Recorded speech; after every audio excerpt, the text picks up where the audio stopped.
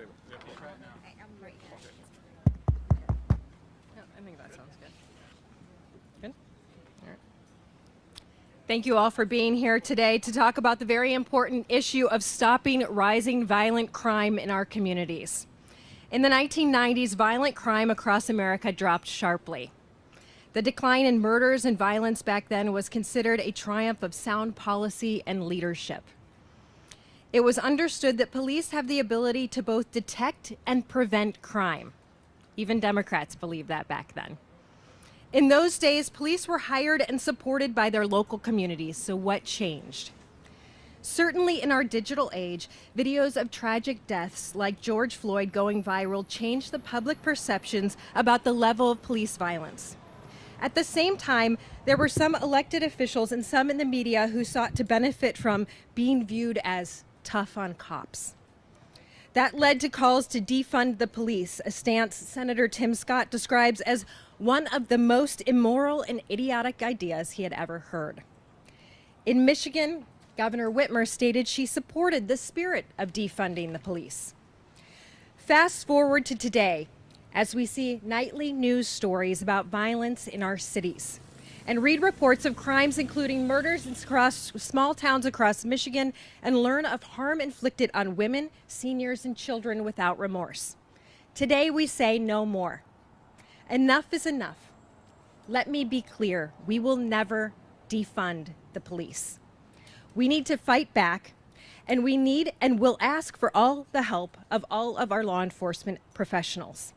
As governor, I understand we need to fund the police, not defund the police.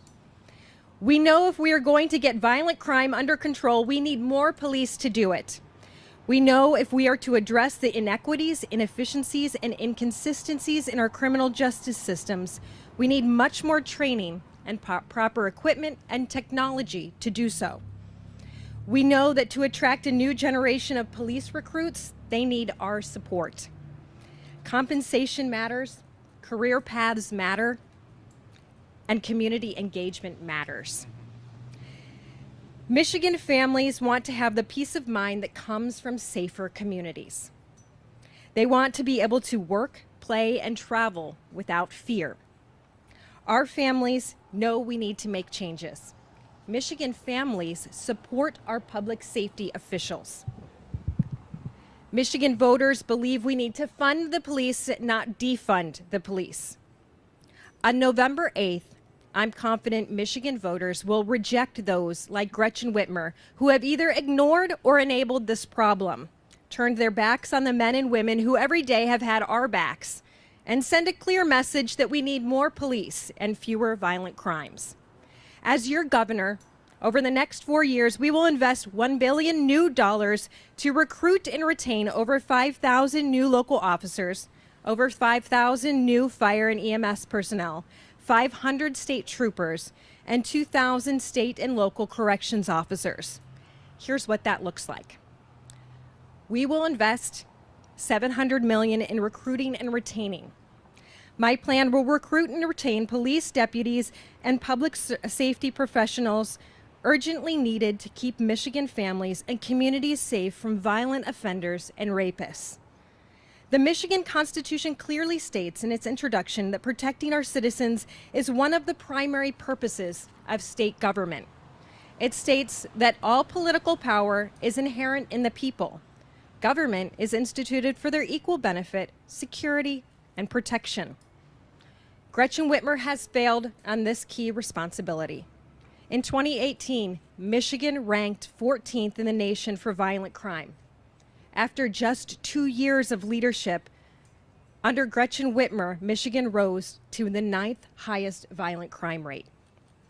Amid the summer 2020 riots and violence across the country, Gretchen Whitmer stated that she supports the spirit of the defund the police movement. Gretchen Whitmer has failed to do her job and keep the people of Michigan safe. Her embrace of radical anti-police policies sent a message to police that she doesn't have their back, and to criminals that they may do as they please. The people of Michigan are suffering a violent crime rate as a result. Today we say no, and we begin to put an end to the Whitmer violent crime wave in Michigan. We want to support instruction. I will make it easier for those wanting to serve to afford the cost of instruction, including tuition, and provide a stipend to cover personal expenses during training and retention, along with signing bonuses. We want young people involved. I want to provide new and expanded work-study programs to help potential police and fire recruits job shadow experienced officers, giving them a true feel for the job before they enter an academy, and expand our Explorer programs geared toward high school students and build an interest in public safety professions. We want to get people to move to Michigan as well. My plan will offer incentives for public safety professionals to move to Michigan. I want to make it easy to relocate to our great state by making sure their retirement benefits are preserved. They can enjoy Michigan's great outdoors with free hunting and fishing licenses and recreation passports. Grants will be made available to help police, fire, and other public safety programs to market their openings locally and even nationally to attract a larger pool of applicants. We will invest $250 million into equipment and training. Equipment is so important for our police officers. My plan provides public safety with the tools and technology they need to do their jobs and to keep people safe, including the equipment they need as well as mental health support and additional training to engage the communities they serve. My plan offers resources to help buy body-worn cameras, riot gear, narcotics task force equipment, first responder bags, second sets of fire gear, CO monitors, automatic chest compression devices, and whatever else they may need to serve the public. Implementation of new techniques or new technologies to improve data collection, accuracy of police reporting, and training on use of force and de-escalation techniques. My plan provides resources local first responders need and deserve. Supporting police, corrections officers, firefighters, and other first responders battling post-traumatic stress disorders or mental health challenges. We will also dedicate $50 million to locating, arresting, and bringing to trial offenders. We need to provide the resources to locate and lock up violent offenders and rapists that threaten our communities. My plan eliminates the backlog and brings justice to the victims who have suffered at the hands of these individuals. My plan provides for a new lab facility to process forensic evidence quicker, including funding for rape kit processing and gun case backlogs in our court system. This plan also includes funding to provide reimbursements for tracking down offenders who have run away or extradite from jurisdictions to face justice. We'll have a public safety working group. I will invite distinguished leaders in our state to assist me to work with the legislative leaders and appropriate legislative committees to expedite the final design and legislative passage of our agenda. It is time we put public safety back on the agenda and give it the priorities that our families deserve. I'd like to bring up my Lieutenant Governor, Shane Hernandez, the next Lieutenant Governor, to say a few words. Thank you. Well, it's an exciting day to be here to roll out a plan that is such a basic need and so important to the future of the state of Michigan, and not just a short-term investment, but a long-term investment over 4 years of recruitment, retention, training, and equipment. I want to give a brief history of some of my work on this while I was in the legislature. Going back to my first budget as appropriations chair, we had a simple $30 million in that budget for our local correctional facilities and our road patrol. Now, that funding was vetoed by Governor Gretchen Whitmer over my unwillingness to budge on a 45-cent gas tax increase. Now, fast forward to my time on staff, working policy for the House Republicans and overseeing the plan that was eventually passed. And what was frustrating about that was that it was a constant back and forth negotiation, something so simple as keeping our communities safe, so basic when it comes to making sure that people want to live here, send their kids to school here, start a business here. We had a constant negotiation on that topic, and we got every little bit we could get out of that. And I'm glad we were able to get that done. But I look forward to a future that it isn't a negotiation with something so basic as the safety of our communities, that we have a partner, And that's why I'm excited about this, that with Tudor Dixon as governor, there will be a partnership to making sure that our men and women in uniform have the resources they need going forward. And with that, we'll take a few questions. Why was it important for you guys to make this major announcement here in Grand Rapids and at this location in front of the police department?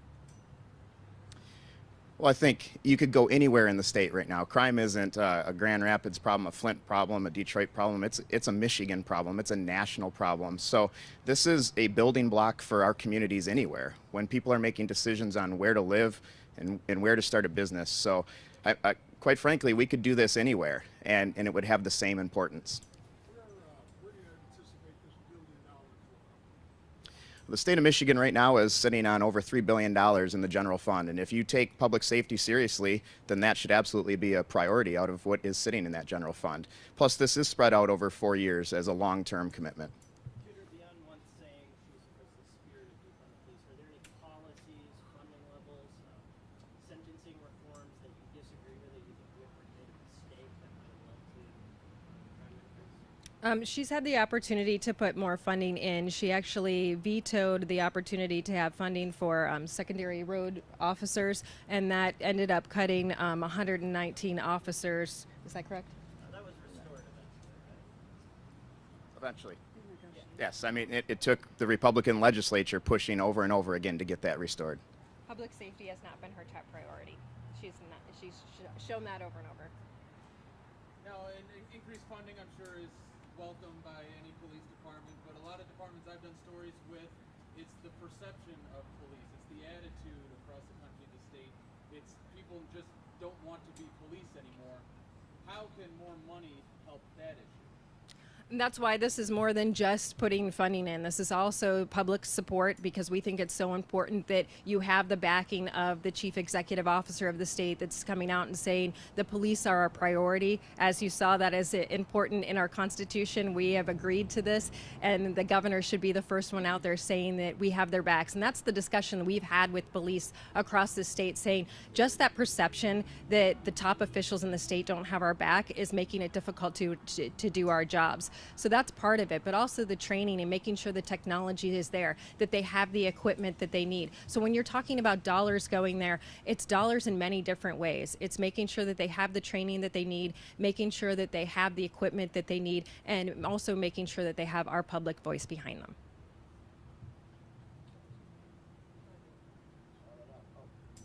First of all, I think everything you said, we have right on the police need more support. I'm just gonna say Grand Rapids, we're short 100 officers, 175 officers, but our mandate is 277. This city's in trouble. We really have. What you're saying, you know, what you're gonna do, is awesome. Final question from the press. Tudor, how widespread do you think, recruitment and retention, are there widespread shortages? I mean, the same report that you tout with crime, or that you're highlighting in crime numbers, suggests that overall these numbers have actually been pretty steady over the last 6 years. I'll let you answer that one. Yeah, I mean, I think it's pretty clear across the state that we need more officers. We've been talking in the office this morning with officers in the field that are talking about retirement problems, and that's why this doesn't just focus on recruitment. It focuses on retention as well. It focuses on training. It's across the state. You can go to small towns like where I'm from, and there may be only a couple people on the road at any given time, to a big city that's struggling with retaining the officers that they have that are moving to other jobs. So this is a comprehensive plan that will not only address recruitment, but retention and also training, making sure that the support is there. And as Tudor said, the vocal public support as well, because that perception is a very big piece of this. And I'll just add that we did just see that we've lost a police officer a day in Detroit. We are continually losing police officers from our departments. And across the state, as I've spoken to sheriffs across the state, they've said that they are looking for people to join their department constantly. In Oakland, last time I spoke to the Oakland County Sheriff, they were down nearly 70 positions and having people work second shifts. So we have a problem. I mean, and we understand that this is a nationwide problem, but we want to take this from a state standpoint and say we're going to put a focus on this because this is our top agreement. And we want to make sure that we have public safety as one of our top priorities. So I just wanted to say thank you all for being here. This is an extremely important issue for our state. We feel it is our top issue because if we cannot keep our community safe, we can't keep people here. And families need to come to the state of Michigan. It's worth repeating that Article 1, Section 1 of Michigan's Constitution clearly states all political power is inherent in the people. Government is instituted for their equal benefit, security, and protection. This is our job. It should be our top priority. That's why we're coming out and talking about this first. When the most fundamental responsibility is ignored, severe harm results. People's lives can be destroyed. Children losing a parent or a parent losing a child. Sidewalks unsafe to walk on, frightened citizens locked in their homes, domestic violence or sexual assaults on women, or gang activity adding to a climate of fear. This is why we're making this $1 billion commitment. So let me be clear. We respect our police, we will support our police, and we will ensure Michigan cities are once again a safe place to live. Thank you for being here.